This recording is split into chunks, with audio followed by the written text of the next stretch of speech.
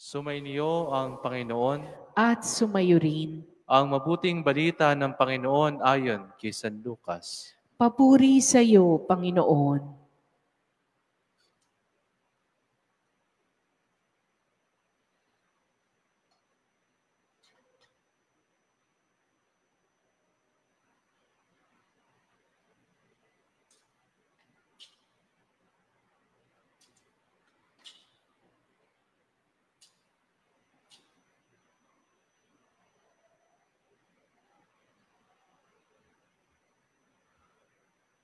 Noong panahong iyon, ipinahayag ni Maria ang awit na ito. Ang puso ko'y nagpupuri sa Panginoon at nagagalak ang aking espiritu dahil sa Diyos na aking tagapagligtas. Sapagkat nilingap niya ang kanyang abang alipin at mula ngayon ako'y tatawaging mapalad ng lahat ng salinlahi. Dahil sa mga dakilang bagay na ginawa niya sa akin, banal ang kanyang pangalan. Kinahabagan niya ang mga may takot sa kanya sa lahat ng salit-saling lahi.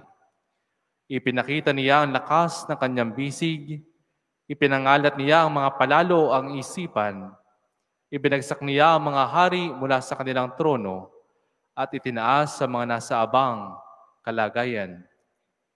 Binusog niya ng mga mabubuting bagay ang mga nagugutom, at pinalayas ni walang ni anuman ang mga mayayaman.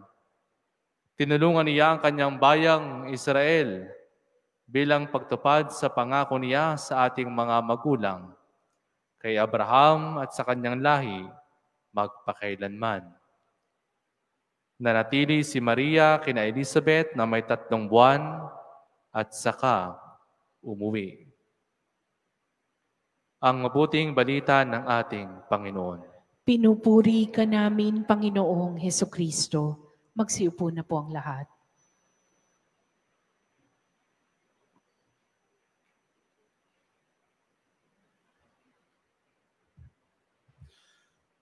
Narinig po natin sa mabuting balita sa ikapitong araw ng ating simbang gabi, ang awit ng papuri ng mahal na Birheng Maria o ang Magnificat. At mayroon pong 2 bagay na maaari nating pagtuunan ng pansin para sa ating pagninilay. Una, ang awit ng papuri ng mahal na ina o Magnificat na nagpapakita ng kanyang malalim na pananampalataya at tiwala sa Diyos kahit sa gitna ng kawalan ng katiyakan at mga hamon. Ikalawa, ipinakita din sa atin ng mahal na ina ang tunay na pagpupuri at pagpapasalamat sa Diyos. Una, ang kalagayan ng mahal na ina ay hindi po madali. Kung iisipin natin, tila mahirap yatang matuwa kung tayo ang nasa kanyang kalagayan. Kinakaharap ni Maria ang posibleng magiging isang single mother, ang posibleng pagtanggi ni Jose na pangatawanan o tanggapin ang bata sa kanyang sinapupunan at ang nakakatakot na gawain ng pagiging ina ng anak ng Diyos. Gayunpaman, sa gitna ng mga pagsubok na ito, hindi naduwag ang mahal na ina. Pinili ni Maria na magpuri sa Panginoon at magalak sa Kanya. Sinabi niya, ang puso ko'y nagpupuri sa Panginoon at nagagalak ang aking espiritu sa Diyos na aking tagapagligtas. Masaya ba ang Pasko mo? Marahil hindi kayo kumpleto. Hindi kumpleto ang pamilya ngayong Pasko, ngayong Paskong ito. Maring ang iba ay nasa malayong lugar na destino. Nasa Mindanao, nasa Visayas, o nasa Northern Luzon, at hindi makauwi ngayong Pasko. Maring ang iba naman ay ng ibang bansa. O maring ang iba ay sumakabilang buhay na. Maaari rin namang ngayong Pasko ay natanggal ka sa trabaho o kakabreak nyo lang ng kasintahan mo o katatanggap mo lang ng masamang balita. Sa harap ng mga pagsubok na ito, kaya mo bang gayahin si Maria at patuloy na magpapuri at magpapasalamat sa Diyos? Itinuturo sa atin ang halimbawang ito ni Maria na sa kabila ng ating kalagayan, maaari pa rin nating piliin na magpahayag ng pasasalamat at papuri sa Diyos. Kapag tayo ay naharap sa mga pagsubok, maaari tayong kainin ng ating takot, pag-aalinlangan at pag-alala. Gayunpaman, tulad ni Maria, maaari tayong lumapit sa Diyos upang makahanap ng lakas at kilalanin ang Kanyang katapatan. Maaari nating piliin na mag-focus sa Kanyang kabutihan, Kanyang awa, at Kanyang di masukat na pag-ibig para sa atin. Sa ating buhay, maaaring tayo ay humarap ng mga pagsubok, sakit, o kawalan ng katiyakan. Maaaring tayo ay humarap ng mga hamon na tila hindi malalampasan. Ngunit sa mga sandaling ito, alalahanin natin ang halimbawa ni Maria. Piliin nating ulitin ang kanyang mga salita ng papuri na nagpapahayag ng kadakilaan ng ating Diyos at nagtataglay ng pag-asa sa kanyang mga pangako. Tulad ng mahal na ina na nakahanap ng comfort sa katapatan ng Diyos, maaari rin tayong humanap ng kaluwagan sa kanyang di nagbabagong kalikasan.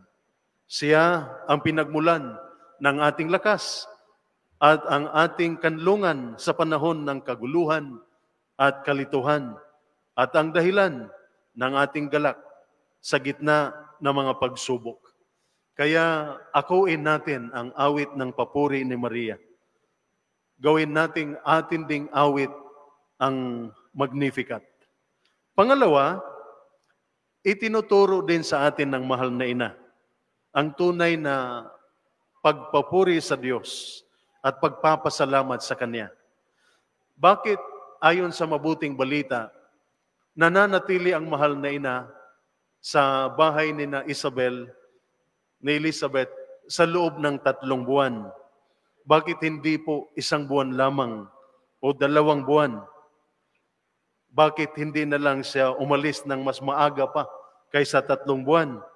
Si Maria ay umalis pagkatapos ng 3 buwan dahil nais niyang tiyakin na nasa tabi ni Elizabeth sakaling siya ay manganak. Dahil ayon sa mabuting balita, noong Annunciation, 6 na buwan nang nagdadalang tao si Elizabeth. Kaya nang ito'y dinalaw ng mahal na ina, hinintay niya ang pagluluwal nito ng sanggol.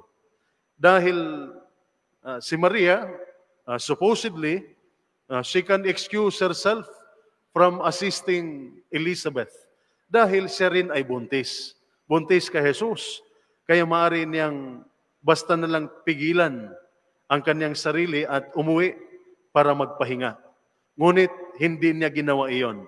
Inalagaan niya muna ang pangangailangan ng kanyang pinsan bago ang kanyang sarili.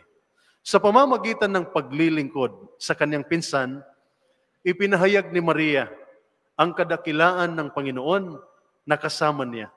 Marahil sinasabi sa kanya na, Maria, gusto mo akong purihin?